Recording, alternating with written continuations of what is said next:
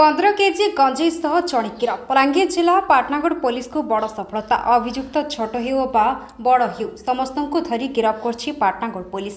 Patnagarh police 15 KG गंजेई जबत करने सह अभियुक्त को गिरफ करछि। गिरफ अभियुक्त जनक हेले उक्त थाना अंतर्गत डुमेर पदर गाँव शिव कुमार। एक विश्वस्त सूत्र खबर पाई पाटनागढ़ थाना अधिकारी ताराबती प्रधान निर्देश क्रमे एक टीम डुमेर पदार गाँव शिव कुमार घरे चढ़ाऊ करथिला। चढ़ाऊ समय शिवों घर भितर एक जरी बस्ता भितर गंजेई भर्ती होइतिबा देखा पाइथिला पुलिस। गंजेई जरी बस्ता सह अभियुक्त शिव को घटनास्थल गिरफ कर थाना को आनी अधिक पचराउचरा करने सह जरी बस्तार 15 केजी गंजेई थिबा पुलिस जानिबा पाइथिला।